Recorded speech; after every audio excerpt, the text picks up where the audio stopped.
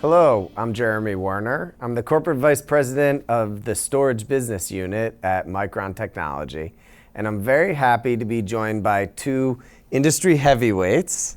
First, Mike So, who's the founder and CEO of Cloudian, and secondly, Kumaran Siva, who's the Corporate Vice President of Strategic Business Development at AMD.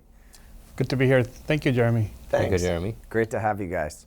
So we're here today to talk about Cloudian's HyperStore solution and object storage. The three companies, AMD, Micron, and Cloudian, have been working together to bring to market new and more advanced object storage solutions. So, Mike, maybe you could tell us a little bit about what is HyperStore.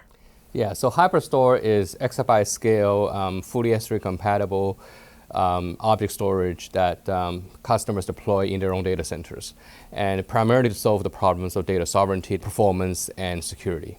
For years, we've been hearing about really focus on three different types of storage in the data center. So block, file, and object storage. And kind of the traditional view of object storage has been, its primary use has been for archival or backup storage. So in other words, maybe not the highest performing workloads. That seems to be changing with some of the new workloads like artificial intelligence, machine learning, real-time analytics.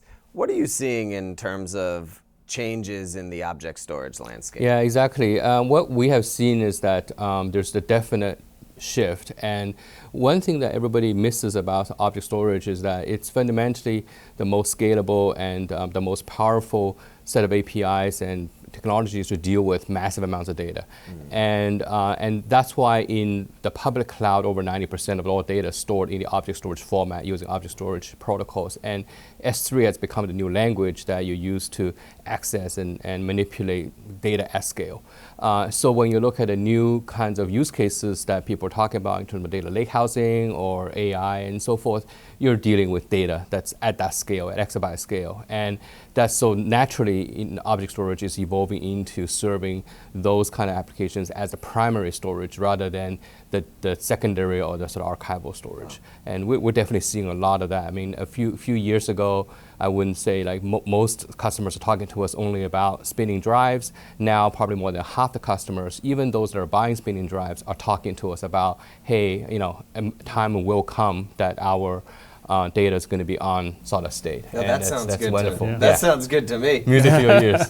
Yeah. Kumaran, you have recently released your 4th generation of EPYC processor, and you've been supporting and innovating in the object storage domain for quite some time. Can you talk a little bit about absolutely. what AMD does so in that space? AMD is now, you know, you mentioned our 4th generation processors is our 4th generation in 5 years, and we released it back in November actually, and it's gone really well in terms of adoption. But if you look back to when AMD got back into the server space back in 2017, we actually started off, you know, with a lot of demand from the cloud, and it was really around storage and actually object storage.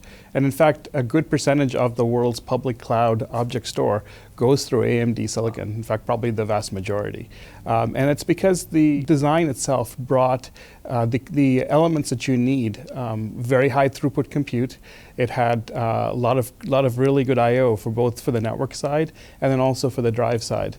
So that gave it a significant advantage in you know, being able to bring good TCO, good value, make it scalable, and then make it usable across all of these additional services like file store and block store running on top of object store. So that was, you know, that the performance allows that to happen, and that's, I think, something that's fundamentally going to happen also in the enterprise. And this is why I'm super excited with the Cloudian solution.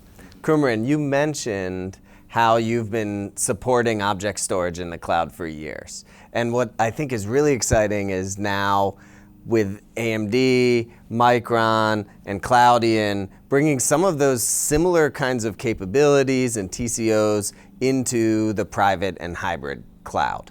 Recently, Micron released our 6500 SSD, which is a 30 terabyte drive. when you combine that with all of the new CPU core power that you can put into a single server, you combine that with the, very large amounts of I/O that you're driving from EPYC, I think that a lot more can be done in a single system than ever before. Mike, what do you deliver with all of this new capability into an appliance? Yeah, it's really exciting for us because in the enterprise, what we see is actually a mixture of workloads, right? So you have people doing, the traditional, archival stuff, people doing ransomware protection, people doing more data analytics. And what's interesting about these is that the optimal solution for each one requires a sort of a different ratio of CPU cores to your storage to the amount of I/O.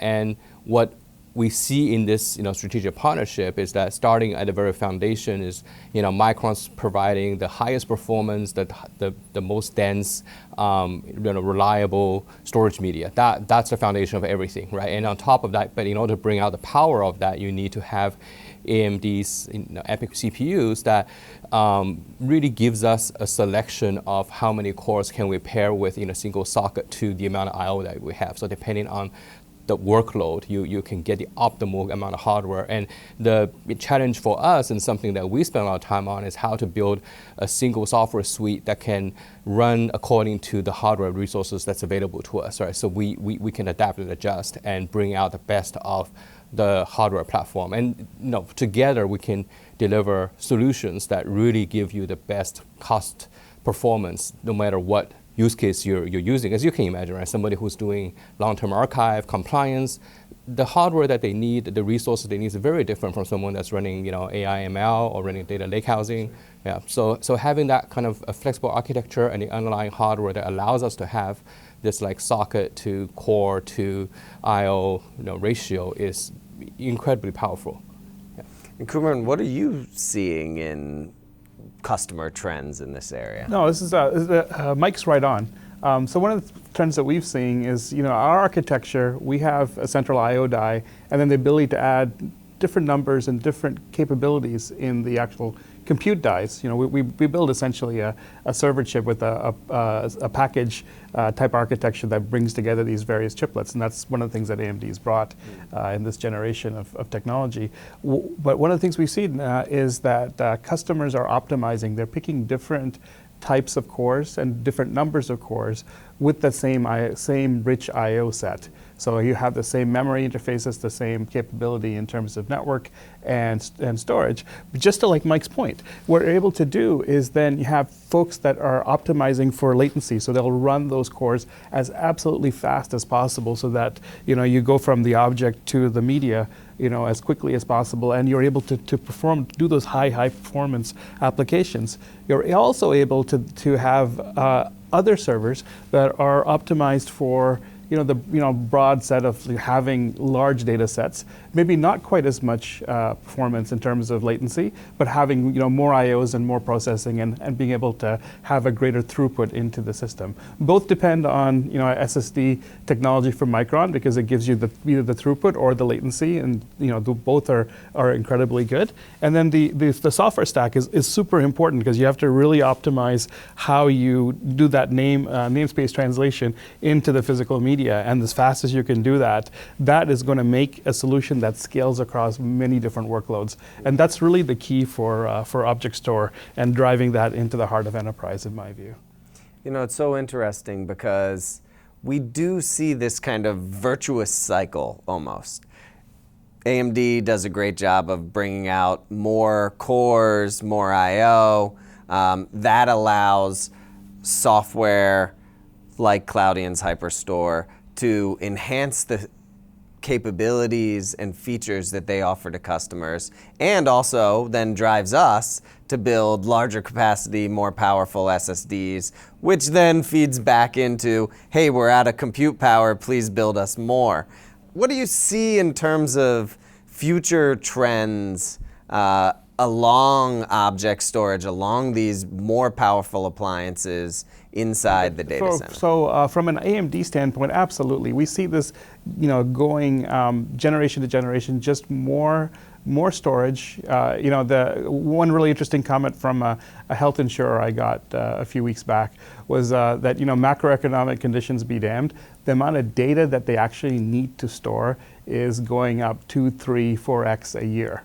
Right, and so the patients aren't stopping seeing their doctors, and the amount of data that they need to capture continues to grow, right? The resolutions of their, whatever the medical imaging, the number of data points they need to collect and store and analyze, and in anticipation of using AI for some of these applications, they need to kind of build in and start to collect a fair amount of data, make it performant too. Like you have to be able to get that data quickly.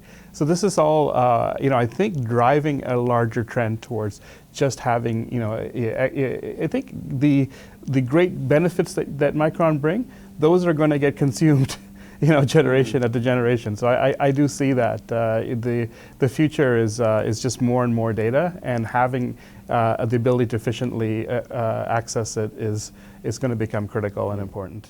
And Mike, you see similar trends and technologies that you're bringing to market to address them? Yeah, I agree with that completely. I mean, what we're seeing is that people are continually asking for higher performance, lower cost, more reliable, lower touch, right? So one point I really want to bring out is I think the solutions that we're providing together really provides the best total cost of ownership out there. So when people look at just the cost per bit, right? It's easy to say, well, HDDs are cheaper by several factors and so on and so forth. It's going to stay that way. But actually, if you look at a running system, you're looking at how frequently do your devices fail. So how often do you need hands to go and replace failed devices? And how much of your computer cycles are being spent rebuilding data that now's got to be rehydrated in some fashion. So having reliable media and having media that uses less power overall over the lifetime of the data, all that really adds up. So when we're seeing out there, just like everyone's saying, like data, people are growing the data storage by 2 to 3 times every year. They're not getting 2 to 3 times the amount of revenue, amount of budget to store the data. So that means that there needs to be efficiencies coming out every single year, right? So they're looking for better, faster, cheaper. And this is where it's been tremendously important for us. The assumption that we made as a company when we started was that we were not going to tweak for any particular type of like HDD or that type of media, but what we're going to do is build software that can scale and adapt according to the hardware that we have available to us, so that as the hardware sort of innovation continues every year at a great pace, our software should be able to bring those benefits to the end user without massive amounts of tuning. It should just work, right? It should just be better. It should just be faster. And that's very much been the experience that we have seen so far, right? Now, in the long term, what I see is that storage is going to bring more I/O and more CPU power with it, meaning it's becoming harder and harder to move data around. Moving large amounts of data around costs a lot of money, which is why people now have all kinds of solutions, right, all the way up to like semi-traders to move data around. It's expensive. That's why people say data has gravity, right? Exactly. Yeah, exactly. It's not a matter of drawing a line on a chart and say, oh, okay, so the data now is going to move from here to here. The actual bits take a lot of work and a lot of energy to move. So what we see is over time, more and more compute is going to be actually absorbed into the data storage. To think of your data storage node to become a software-defined compute and storage node, so that the data can be processed more or less in place, right? And we're seeing some of that already, right? Like we for ourselves, we have added search capability into our system. So that means every node in a storage cluster is now indexing and is now searching for things, right? And that's how you make it scalable, right? And over time, people's going to want to be doing other kind of data sorting, data filtering, all to try to minimize how much data do you need to move across the network. Because when you start doing that, it gets expensive. So I think that whole path, the whole trend of having higher density storage, higher performance, higher I/O, coupled with more CPU, or making the storage nodes smarter and smarter. That is a trend that is not going to stop for a long, long time. Yeah. So you mentioned TCO, and TCO is something we hear about all the time from our customers. It's like such a big focus for data center architects. They have so much to think about. Public cloud, private cloud, SSD, HDD, how many processors, how many racks, how am I going to cool this thing, where am I going to get the power? What are you doing to address the TCO equation for architects? What should they be thinking about when it comes to object store? Yeah, so what we do is we provide a software platform that makes it very easy and flexible for people to choose what's the right type of hardware and where to deploy it so that they can minimize the cost and minimize energy and so on. We do this in sort of three ways, right? One is we're really focused on simplicity and scalability, right? How to do scale at simply, and that means we have a uniform set of APIs that's cloud compatible. We have the same software that runs on all the nodes in any systems. Is very easy to scale, very easy to manage. And I think the easy to manage is key because a big part of it is human cost, right? And that's also where reliable hardware actually really comes in, because even though our software can tolerate a lot of hardware failure, still somebody's got to go and replace a device. So the less devices they need to replace, the better. And this is where SSD has a big advantage over mechanical devices like spinning drives. So that's number one, like scale and simplicity, right? Number two is really security, right? Because at the end of the day, that any incident is going to cost the company a ton of money, right? So how do you make sure your data is self-protecting? So a large part of what we've done is encryption and other kind of access control and other kind of internal technologies to make sure that the data cannot be modified if it's been stated that it cannot be modified. So we are actually the object storage that we're very proud of that we are the most security certified object storage on the market. We have the most different kind of certifications, and our solutions used by a lot of governments, militaries around the world, financial firms, people that need a lot of security. So that is a big part of, again, making it simple and making it a non-event in terms of ransomware and cost, all that kind of issue. And then finally, it's really about delivering a solution that gives customers flexibility in terms of, you mentioned public, hybrid, private clouds. And clouds really here to stay, right? And people want everything to be done for them as a service, but they also don't want to be beholden to one particular solution. So having our system that's compatible to everything, and we automatically can move data in and out of private, public and hybrid clouds, that really give them the ability of having a single namespace that their data can span across all clouds and data centers, and the same workload, the same code that can run sort of everywhere. And that really is the whole idea of having your compute follow the data. So the three pieces together, like your simplicity at scale, and then your security, and then your ability to be compatible with the cloud, is really the key ways of reducing the total cost of ownership of not only storing the data, but managing and using that data. Yes. That's a really good point, Mike. Like, one of the things that I've seen in some of the interactions that we've had with leading IT managers and IT decision makers, we've seen aspects where they've come to us and told us that their decision making from a TCO point of view is no longer just at the hardware CapEx level. They're actually taking it fairly high up and saying, look, what does it cost me in terms of transactions? Right, like how much is this database? How much is it costing my user? So at that point, using, for example, SSDs over HDDs, SSDs become a win because you're able to deliver so many more transactions. So that, combined with Cloudian software and our CPUs and the low latency technology we have, enables a really big, significant win for example, in this case, it was a bank, right? And they're able to have, be able to process that many more transactions, do their overnight jobs, that much more efficiently. And so it was interesting. I think there's, a new degree of understanding and enlightenment in terms of what they actually need to do and what costs truly mean for them. And you mentioned the bank usage case, and you mentioned security. Yeah, and I can add to that, right? We have multiple customers that are like tens of petabytes of all flash, geo-distributed across multiple countries, running as a single cluster that are banks, other financials, PE firms, and also governments, militaries and other intelligence agencies.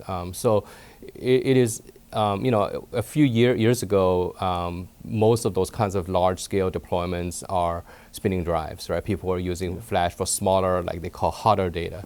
What we're seeing now is that because of the total cost of ownership has come down, and they can, once they kind of expand, like one example I have is I have a bank where they started with a spinning drive cluster and an all-flash cluster, and they have them both kind of span across 4 different countries, so the bank is in four countries. And we've been with them for a couple years now, and they've expanded probably 6 or 7 times during that time, and every expansion has been on the all-flash cluster, right? It's been every single time, because what happens is that internally their developers can choose which system to use, and they like the faster one, right? They like the one that's easier for them. So yeah, so it's really interesting what we see. Yeah, I think a lot of people, once they get that feel of the SSD and what it can do in their environment or their applications, it's really hard to go back. I don't know very many people who are going to be booting their PCs off their hard drives anymore. And I think that's certainly the future of data center storage as well. To get back to that security topic, every day we read about in the news hackers, ransomware, attacks by bad actors. Micron's been extremely focused on a daily basis to ensure the security of our products. So we have FIPS-based products, where FIPS is a security certification by the US government, which ensures that the way that you implement security in your products is at the highest level to ensure the greatest degree of protection from bad actors. We also have what's called TAA, which is a designation, again by the US government, on where products can be assembled and manufactured to ensure security through the supply chain. And we offer secure encrypting capabilities that are compatible with TCG standards and specifications. In fact, Micron has a website dedicated to product security, micron.com Security Center. So I invite all of the watchers who are interested in security to check out those capabilities. Kumaran, one thing that I mentioned very briefly to you, but I never gave you, all the details, was I actually started my career at AMD out of college. And that's awesome. it was a great experience for me. So thank you to AMD for hiring me and giving me my first chance in the world. I guess my mom would be offended, but Mom, I love you. But AMD gave me my first professional shot. And when I was at AMD, we launched the Opteron processor. And for those who want a little history lesson, it was the first processor that was 64-bit capable and backwards compatible for all of the 32-bit software that was running. So at the time, AMD saw a huge uptick in market share and demand, as this was an industry-leading product. Unfortunately, when I was there, we weren't able to sustain that success into multiple generations.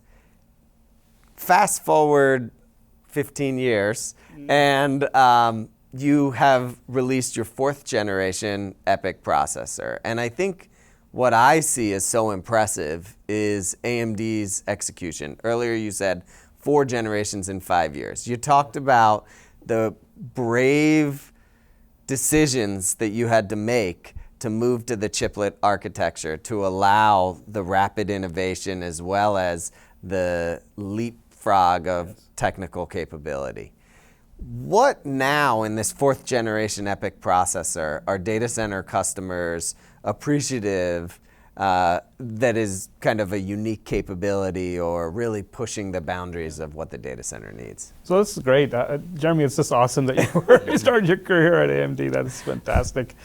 So when you think about where AMD has come, right? So back in the days of Opteron, our biggest innovation, what really got AMD driven to the market, and if you read, I'm sure there's books written about this, but it was inventing the 64-bit ISA for x86, which by the way, today in AMD or an Intel processor both use that AMD ISA. In fact, it used to be called AMD 64 for a long time in the assembly and in like your C program, your compilers, right? So it was entrenched, and that's what really got AMD back.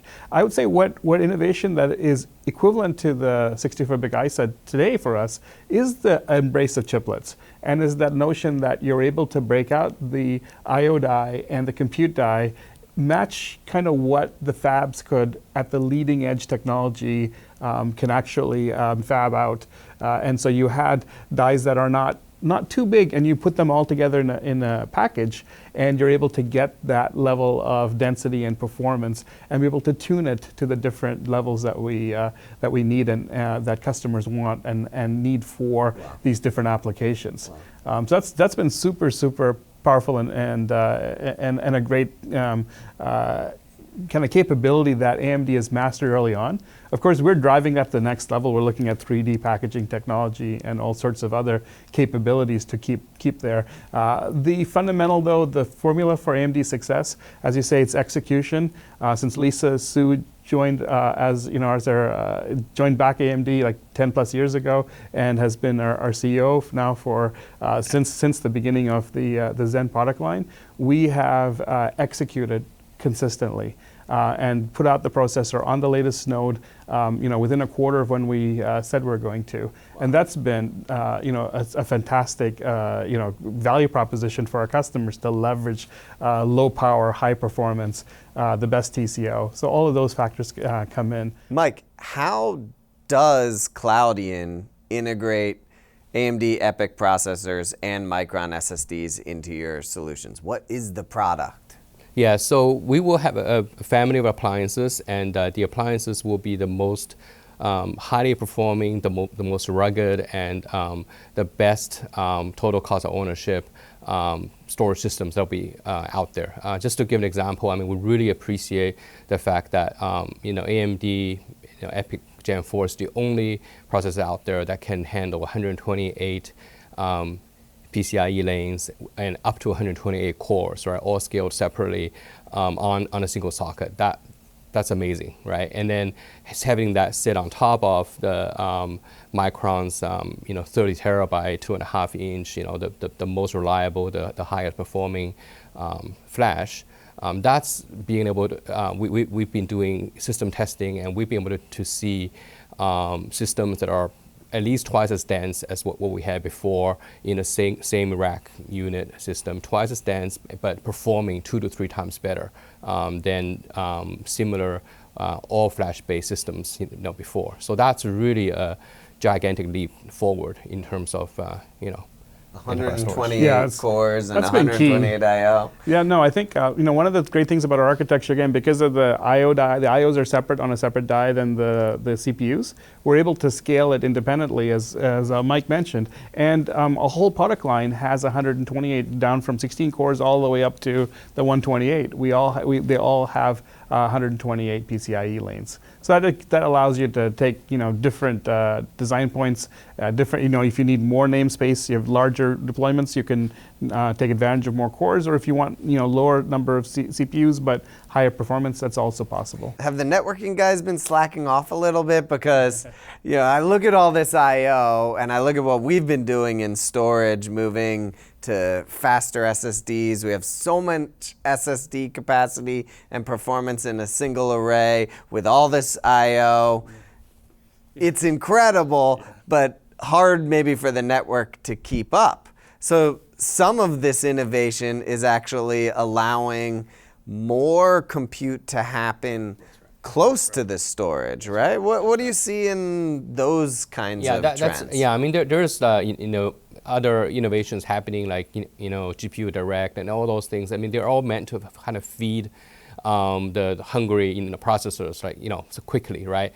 But yeah, in reality, long term, it's really you're going against physics, right? Because to move large amounts of information, data across any distance, it's a function of physics. It's more energy, it's more effort, right? So long term, where we see this going is that compute and cloud, everything's going to be more and more distributed. So that means you want to process as much as you can as close to the data as possible. Again, that's where the ability to have flexible core count in your storage appliance is really critical. And that's the architecture that we built for, is that it's a purely software-defined system that allows you to not only manage your data, but you can run other tasks on your storage node, just like you can run on any server, right? So that's a unique thing that Cloudian has planned for since we started more than 10 years ago, and we're starting to see come to fruition now because of that data gravity. And more powerful processors, Yeah. more powerful software, and a lot of this is maybe driven by AI. Right. Right? Absolutely. So what's AMD doing in the AI space? We have a lot going on in AI. We have a full portfolio of products, including our GPU products, and through our Xilinx acquisitions, we call it ACG. Some of these Alveo cards that can do AI processing. So we have a full set of solutions there. But really, in this context, the storage is so vital to the prospects of AI. The idea that you can train these large models, you need the right set of data to train on, right? You can't train it on the internet and expect it to serve your business need appropriately. So we're starting to see a lot of thinking around, what do we do with this valuable data that we have? How do we make it performant enough and then accessible by enough systems? That's where the namespace, the object store architecture is so powerful. You could have an AI system running there doing training as transactions are going on. Very, very powerful. And a lot of this is on unstructured data, It's right? almost all unstructured. Yeah. And that's where object store Yeah, I mean, shines. it's where you see every AI software stack, if you look on it, it ends up in the bottom and object store based on S3. We're at the bottom of every single stack, right? And that's where, again, where it's going is you see that enterprises are not going to allow their proprietary know-how and the data out into the public models, right? So you see a lot of the AI that's being done today and done at scale, a large part of it's now done in private clouds. Even a lot of the well-known ones that are out there, they're done in private clouds because it's actually cheaper that way. Public cloud is cheaper if you have traffic that's kind of bursty, right? But most of this AI workloads they're just running all the time. So something that you're running all the time is actually always cheaper if you have a dedicated, right? It does not mean that you still got to own data centers. There's people that can operate data center for you, but it's just that you're just paying a fixed cost of your That's system right. as opposed to kind of up and down type of, yeah. Mike, what's next in software-defined storage? So I think AI is becoming the ultimate consumer of data. So that means people who's not hoarding data today will hoard data. So data will kind of grow out of control. So that's number one. I think for software-defined storage, the challenge is how to continuously provide self-managing, high-performance, scalable storage solutions. So we can't do that without great hardware partners like yourselves, because without hardware, software cannot run anywhere, right? So we need that. But in terms of looking at just the key things that I think people's going to care about, I think data sovereignty and data security will continue to be the top requirements of all enterprise IT. And I think total cost of ownership will be a huge factor as well. And then I think in terms of trends, what we're going to see is the cloud is going to truly become sort of distributed. So that means more and more capability is going to be pushed out to the edge. So the idea of hybrid and private is going to really merge. Public, hybrid, and private is going to merge into just a single cloud concept. So all you have to do is look at the examples like we've been doing recently. We made announcements that we are partnering with Amazon in their local zones and in their Amazon outposts, which are Amazon programs where they're literally pushing the Amazon cloud to more edge data centers. So that's local zones. That's still Amazon data centers, but they're more to the edge. And then an outpost is pushing a Amazon rack all the way into the customer's data center. And Cloudian's partner with them to provide storage in each of those kind of scenarios, right? So I believe there will be more and more of this where the line between public and private cloud is going to be sort of blurred.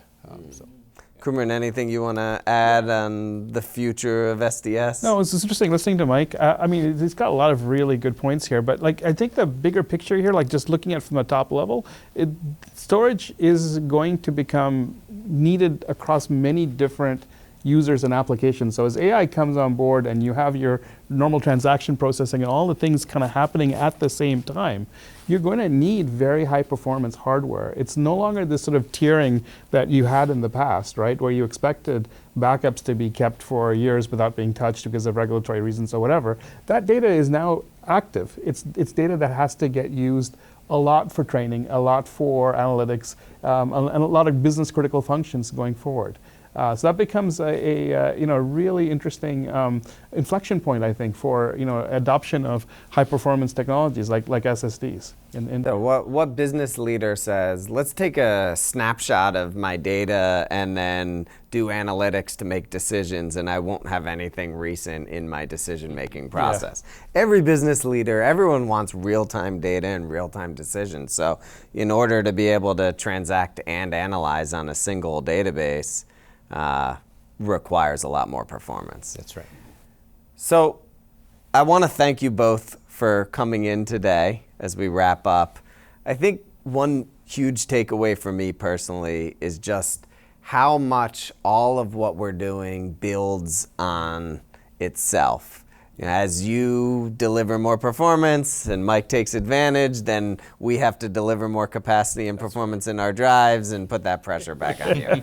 So it's that virtuous circle, the virtuous cycle. Yeah, I think that's what's going to really delight customers. And I just want to thank you both for your personal involvement and your company's partnership as we work together to bring solutions to our customers for their benefit. So, thank you, Jeremy. Thank you for hosting us. Thank you. Yeah, appreciate it. Thank you. We're excited to be here.